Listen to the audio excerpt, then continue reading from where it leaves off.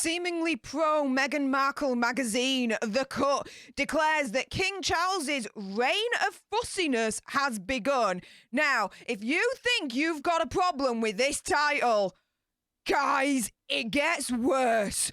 Watch me freaking tear him a new butthole for this one.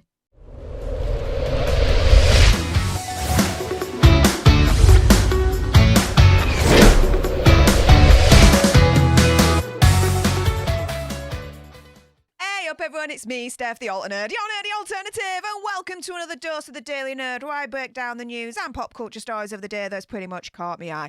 And oh my goodness, seemingly Meghan Markle's favourite, The Cut magazine, has released an article recently, and oh my goodness, the timing, just not the place and the freaking time to be saying the things that they said about our new king, King Charles III.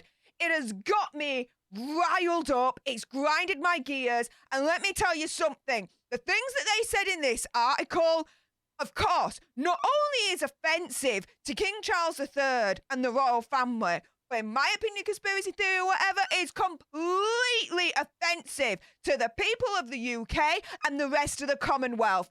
Oh my goodness, watch me tear him a new backside. Before I do so though, a little bit of housekeeping. Firstly, YouTube human reviewer, I see you lurking. I'm not going to say any trigger words or anything that's going to offend your ear holes. And to everyone else awesome enough to have clicked on this video, hi, welcome, how are you doing? If you love news and pop culture stories on the daily served with a little bit of sass and gobbiness, which is basically this, right? Do make sure you click on that subscribe button, like, share, comment, all of that good stuff. And let's jump into this, shall we? Guys, there's a freaking time and place. Like, of course, before we get into the article, you know, people have, you know, their dislikes, their criticisms of the royal family. Fair play. But maybe it might have been an idea to wait to release this article after the mourning period in the UK. Like, are you shizzing me here? So let's go through this, and as I go through this, maybe you might understand why I'm absolutely livid with The Cut. So they explain first and foremost, because the Royal Majesty, Queen Elizabeth II, has sadly passed away, it means that due to the, quote, unbending rules of British succession, her eldest son, Charles, becomes king. Now, first and foremost, unbending rules of British succession. To me, it's like that's an absolute, like, diss at our royal culture there. Unbending rules. Why call them unbending? Just say, and due to the rules of British succession, it means now that her eldest, Charles, becomes King Charles III. Why do they have to emphasize it by saying it's unbending? To me, that's indicating that they think there's something wrong with our royal succession rules that, bear in mind, have been in place for hundreds and hundreds and hundreds and hundreds and hundreds of years, right? Longer than the existence of this freaking magazine. Right, we carry on.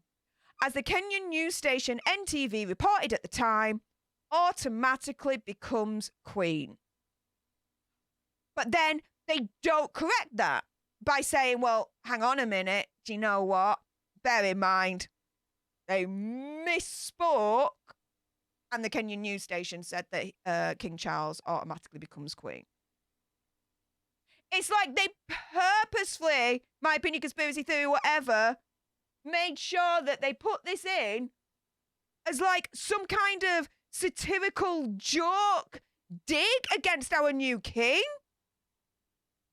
Seriously, what the hell? It gets worse. They say, literally, though he has only been in the job a couple of days already, I'm feeling not so sure about this new queen. Absolutely emphasizing this absolute insult against our new king by following on from what the Kenyan news station, you know, will have innocently got wrong. Like, it's not intentional, right? Can't believe it will have been intentional. No way. But this is. What? So they go through, you know, whilst there are valid criticisms to be made of Queen Elizabeth II for the things committed in her name, King Charles has applied his own special flair to the job. And bear in mind, they don't call him King Charles here. They just call him as Charles.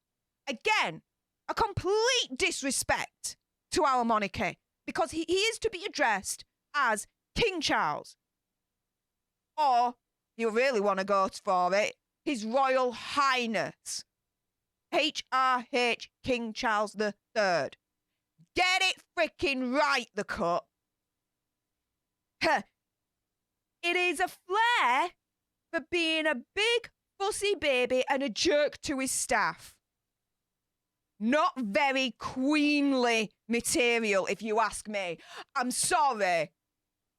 Who the hell do you think you are writing this and releasing it during the official mourning period of Her Royal Highness Queen Elizabeth II? And how dare you? This is insulting. This is upsetting. Write the words. Publish it. Time and place, though. Maybe not during the mourning period. You know, wait until afterwards. I mean, for goodness sake, King Charles has only been in his new monarch role for less than a week. He hasn't even buried his mother yet. And you are releasing this kind of article. No. No.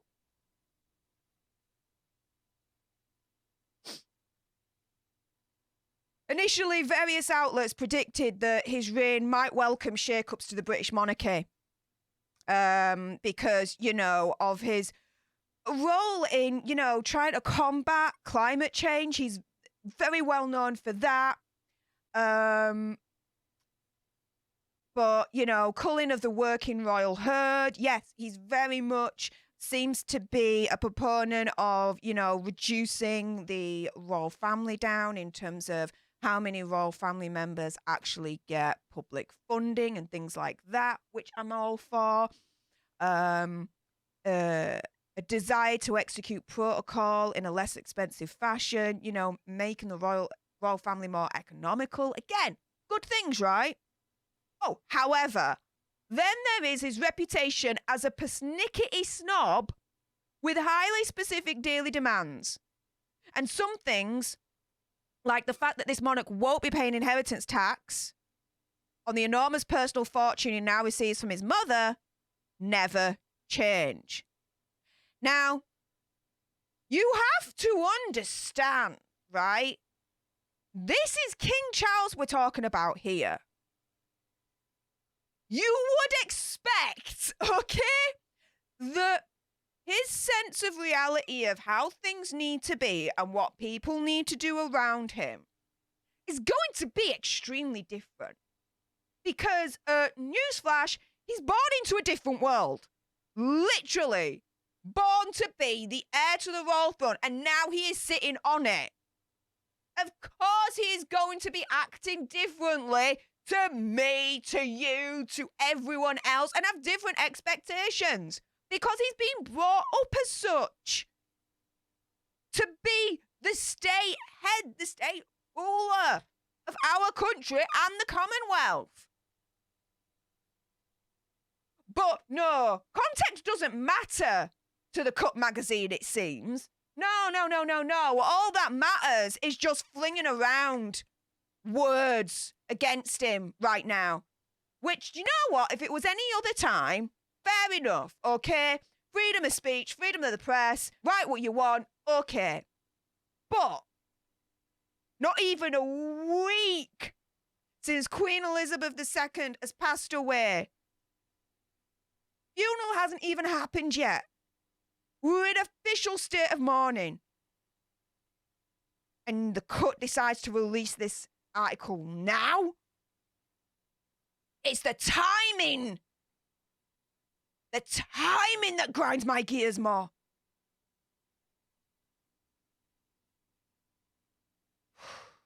Not to say, you know, if they did release it after the official mourning period and after the funeral, I would still have had a problem with this article, of course. I'm a royalist, right? But I wouldn't be livid. Not like I am. I would not be livid at all. Wouldn't be livid at all. Rudeness Exhibit A. Saturday's accession ceremony, which saw our freshly confirmed replacement. Again, he's a king, not a queen. He's a king. You disrespectful pieces of shiz. Signed various official orders in front of the cameras. The photo opportunity furnished accurately off-putting footage of his His Majesty. Trussed up in tails and hissing at palace aides who failed to move a pen tray off his table with due haste. He wasn't hissing. He wasn't hissing at all. He just went like that for the palace aides to remove what was in the way. He's king. He has aides to do things for him. Therefore, he's going to rely on the aides to do that. And if he did that, it's probably not a leap in, you know, thought that the late Queen Elizabeth II did the same thing. As probably some of the other royal family members as well. But guess what? They all have aides. They're there to help. They're there to facilitate the situation. In order for the royal that they're charged to look after to do what they need to do. But turning around and saying that he is, no. A decidedly unflattering look. This was only the first of 2 pen-paced tantrums Charles would have in 3 days. Oh, tantrums. So apparently doing this to indicate, can you just move those things off, please, the table, is now a tantrum. On Tuesday, he reportedly stormed out of a signing ceremony in Northern Ireland after a pen leaked ink on him. Bratty!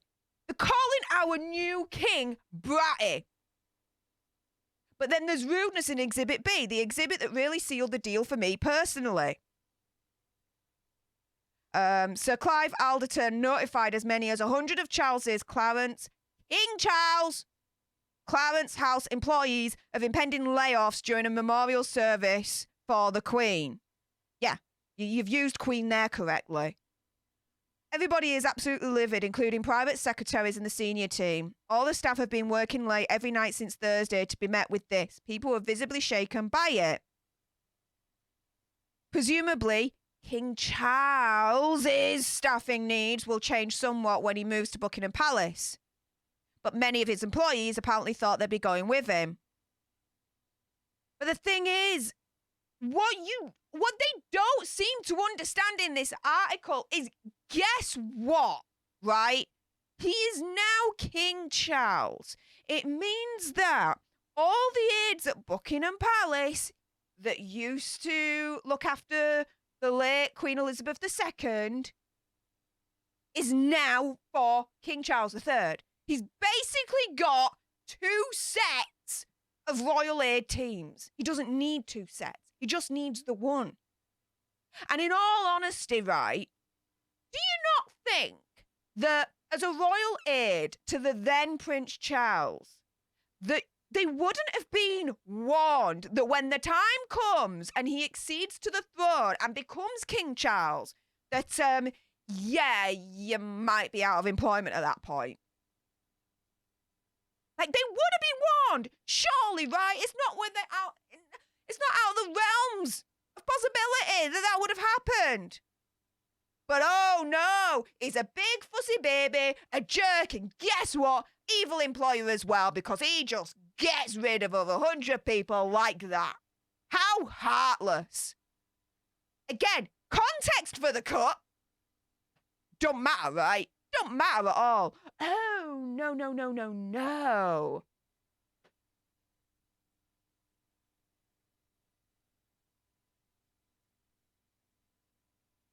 I'm not even gonna read this bit. This is insane. But at the end, they sign it off with, why can't our Spaniel King play on the world of Charles Spaniel, right?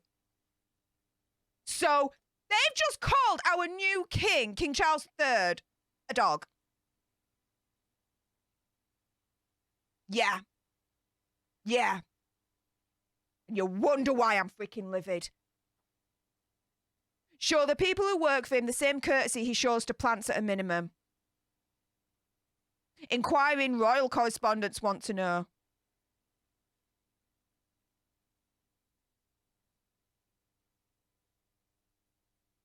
If it was any other time, would I have a problem with this article? Hell yeah. But would I be livid? No.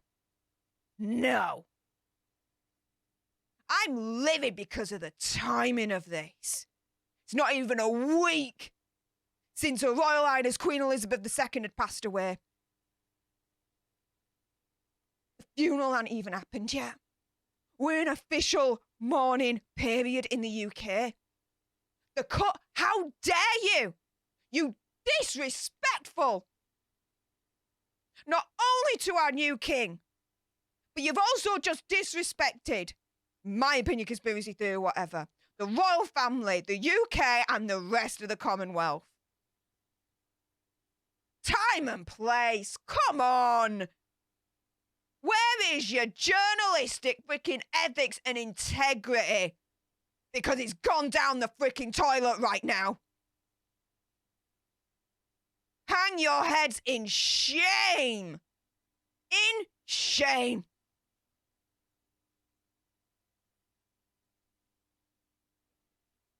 And this is apparently Meghan Markle's supposedly favourite magazine, seeing that she was recently interviewed by The Cut. Are they pro Meghan Markle? Very suspicious, right? Yeah. Guys, enough with my gob. It's time for your gobs. What do you think to this absolute freaking mess of an article?